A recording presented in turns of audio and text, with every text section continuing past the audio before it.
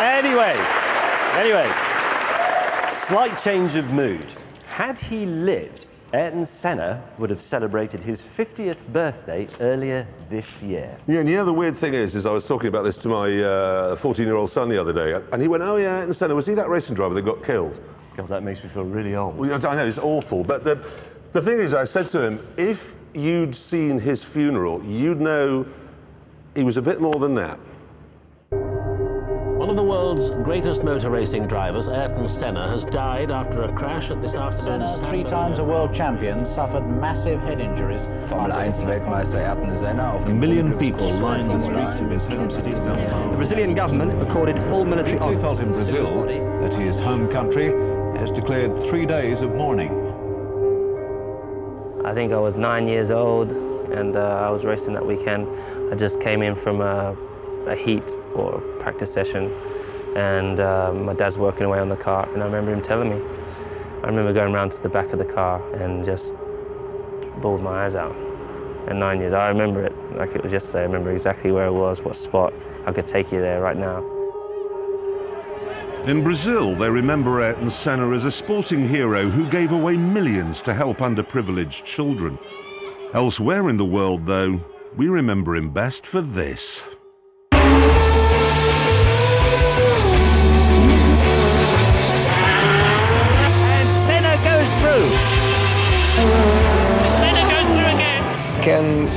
Cannot be sounding true, but I start with 4 years old in go-kart. I am just 22-year-old, and there is plenty of time to get Formula 1, if I will get there. Ayrton Senna did race in Formula 1 from 1984 to his death at Imola in 1994. Ayrton Senna wins at Monaco. And in that time, he won the World Championship 3 times. The figures suggest that Schumacher and Fangio were better. But the people who know, they tell a different story. I think Senna, I will put him in number 1. For me, Senna is number 1. For me, he was number 1. I will put Ayrton Senna as number 1. For me, Ayrton Senna undoubtedly was the number 1. I would put him number 1. You know, he was definitely the greatest driver. If you ask me, I put Senna as well in number 1. Martin Brundle, who raced against the Brazilian for 11 years, is well qualified to explain why Senna was the ultimate driver's driver. He had a God-given talent that I haven't witnessed anywhere else. A sixth sense of where the grip was before he turned into a corner. If you look at this Lotus here, even when it's going in a straight line, it is dancing. Absolutely. And there. You look at these and you think, here we go. I can't do that. I think Senna's ability to be able to drive completely on the limit. Some of the laps he did, we know were unbelievable.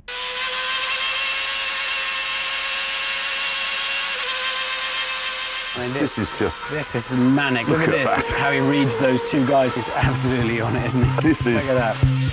Senna was so good at banzai last-minute qualifying laps that in his Formula 1 career he won an incredible 65 pole positions.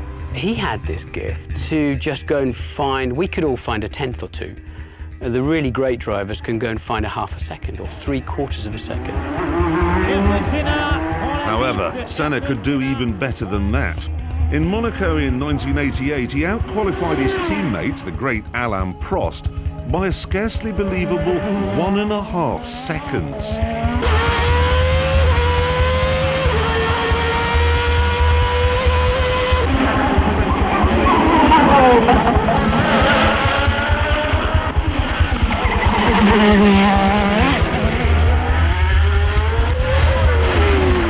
Nobody in the end wanted to spoil Senna's pole lap. And when you saw the day-glow McLaren and the very bright helmet of Ayrton Senna, he would come through and we literally jumped out of the way. You didn't want to be the one they all talked about as having blown the lap that the whole of the Grand Prix venue was looking forward to. But it wasn't just out-and-out speed that made Senna special. He was so good because he was working so hard on details. And I improved the car also there and there, but he went in the fine details. That's why it was fantastic. Yeah, the worst is here. The worst is the second chicane and in the third chicane. But it's because the asphalt goes like this, in the third chicane and it's like this. In the second chicane you're coming bumpy. And if I think back to when I was his test driver at the beginning of the '94 season, after the second day he had a small incident and tweaked his neck, and that was it. The test was over as far as he was concerned. I came in the following day and he was there in the morning, and I thought, oh, okay, he must have made a miraculous recovery. But in actual fact, he was just there to listen to what I was saying to the engineers, to work out whether he could trust my feedback. And when I compare that to Nigel Mansell, when I was his test driver, he would set a lap time and then he would bugger off to the golf course. Another weapon in Senna's armoury was his utter ruthlessness. Prost having a look, and Senna's crowding him into the pit wall. Schumacher trying to take Ayrton Senna. Now let's see if the Brazilian moved across. Indeed he did. He often used to put us in a position that you were going to have an accident, and he would leave it up to you to decide whether to have that accident or not. Martin experienced this psychological warfare first of all when racing against Senna in Formula 3.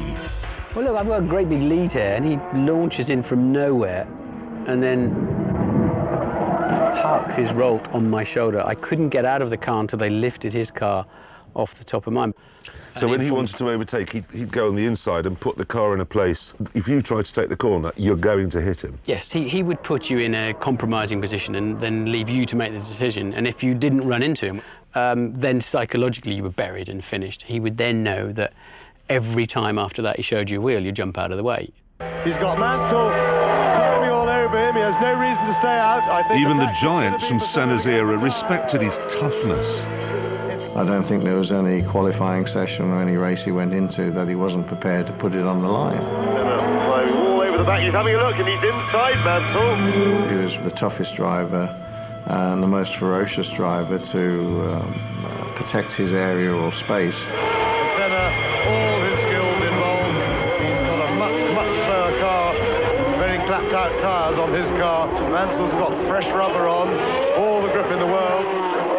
Senna blocking away and sliding a lot, Senna knocking it down. Mansell weaving this way and that way, but Senna won't let him past. He's got the racing line, he's going to keep it. This will to win reached its peak at the Japanese Grand Prix in 1990. Here, Senna would be world champion, providing his arch-rival Alain Prost, now at Ferrari, failed to finish. So, at the first corner, he made sure Prost failed to finish. Alain Prost has taken the advantage. Senna is trying to go through on the inside, and it's happened immediately. This is amazing. Senna goes off at the first corner. Yes, and that makes Ayrton Senna world champion this year.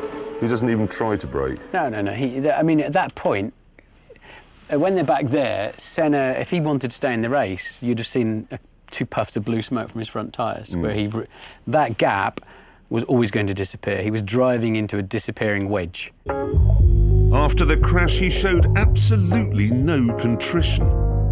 When there is a gap, you either commit yourself as a professional racing driver that is designed to win races, or you come second, or you come third, or you come fifth. And I'm not designed to come third, fourth, or fifth. I race to win. And if you no longer go for a gap that exists, you're no longer a racing driver. Strangely, Senna had a big heart. He was a devout Christian capable of extraordinary compassion. When fellow racing driver Eric Comas crashed at Spa in 1992, Senna stopped and risked his own life running across the track to help. You see, that's the paradox of Ayrton Senna, isn't it? In that he was clearly a fantastic human being. And he cared about people in Brazil, he cared about racing drivers. I mean, he was mortally hurt when Ratzenberger died, the day before he died. But then he would crash Alain Prost off the racetrack and put both their lives at risk. As a man then, Senna was hard to fathom. But when it rained, it was easy to spot his talents as a driver. And Senna is a wet weather master. This is Donington in 1993. The track is wet and Senna, in an inferior McLaren, is in trouble at the start. Senna is coming up well. Senna is crowded out and is down to 5th position. And Wendlinger is up into 3rd place ahead of Schumacher. Prost leads, Hill 2nd. And Ayrton Senna is up to 4th position ahead of Schumacher and challenging Wendlinger as they go round the right-hander into the old hairpin. Senna is up to 3rd. A quite brilliant couple of corners by Ayrton Senna. Tremendous stuff. He muscled his way back into contention at Redgate. He's going inside Damon Hill, and Senna into 2nd place already. So 2 retirements already, and Senna goes through into the lead. He's passed Alain Prost, so... And that was it. 1 lap, 5th to 1st. Yeah. If you want to have 40 seconds of what is Ayrton Senna, the racing driver, all about, there it is, in a nutshell. Yeah. After the race, though, he was completely calm. Driving with slicks in damp and really slippery conditions was tremendous. Conditions like this is gambling, and it's taking chances that pays off. And I think we gambled good. And of course, you have to remember that Senna was doing his gambling in cars that were like wild, ferocious animals. This McLaren MP44, in which he won 8 races and his first World Championship, had very little downforce, a manual gearbox and 1,200 horsepower, 450 more than the F1 cars of today. It is the last of the turbocharged monsters, one of the greatest racing cars ever made. And today, it's going to rumble again in the hands of Senna's #1 fan. There it is. Woo! I can't believe that I'm... Oh, jeez. You've just got back from the Canadian Grand Prix this morning. Yeah. I couldn't sleep. Really? I slept like an hour or so on the flight. I couldn't get to sleep. I was just... Because you get to drive Senna's MP4. I just can't imagine what it's going to be like. I have this sound in my head of the car roaring and going through Monaco streets when he's one-handed.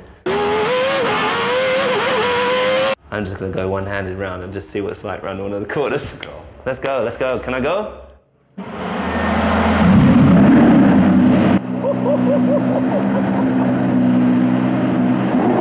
Holy f***.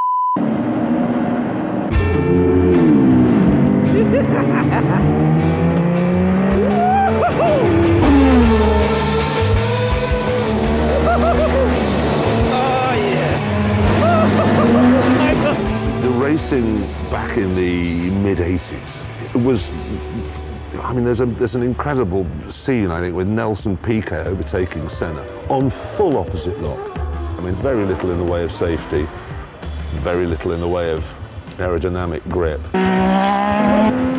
Manual gearbox, 1,200 horsepower. Yeah, and the cockpit, you could almost punch through it. Yeah. So you think, geez, you know, you're driving around at those speeds, your wheel falls off, the mechanic makes a mistake, you're dead. It's phenomenal, and I can't even contemplate what it would have been like. But, so that's why I think you have even more respect for the guys that did it back then. I mean, you had to be, back in the 80s, crazy. A bit of honesty here. You know, you've got your Mansells, Piquets, Prost. The drivers were incredible, and do you think that shining out from all of those drivers in that great era, Senna rose to the top? Senna rose to the top. I don't want to go in. Let's do another lap. I love the fact that he would fight for his own, what he truly believed in. It's just everything. He puts everything into getting that lap, and he had no fear. That's what I loved about it. I love this car. I love it. Come on. That's amazing. Oh, it's so much. It's nothing like the car I drive nowadays. But just to know the commitment and to get used to driving this car and on the limit, I just couldn't imagine it, man.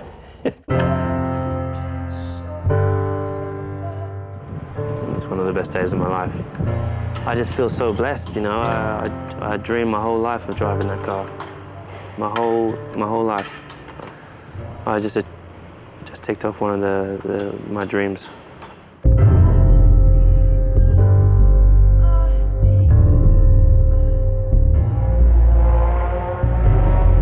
You know, I'll be honest with you, I was never a Senna fan. I always thought Gilles Villeneuve was the greatest racing driver of them all, but to make this film, I've watched hours and hours and hours of footage.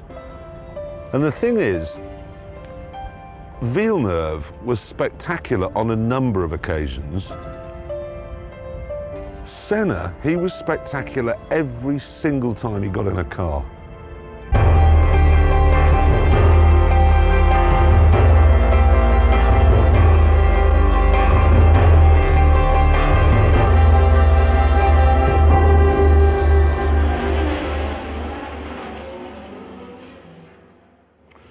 There's an amazing film coming out on Ayrton Senna next year. I urge you all to go and see it. It's fantastic. But for now, good night.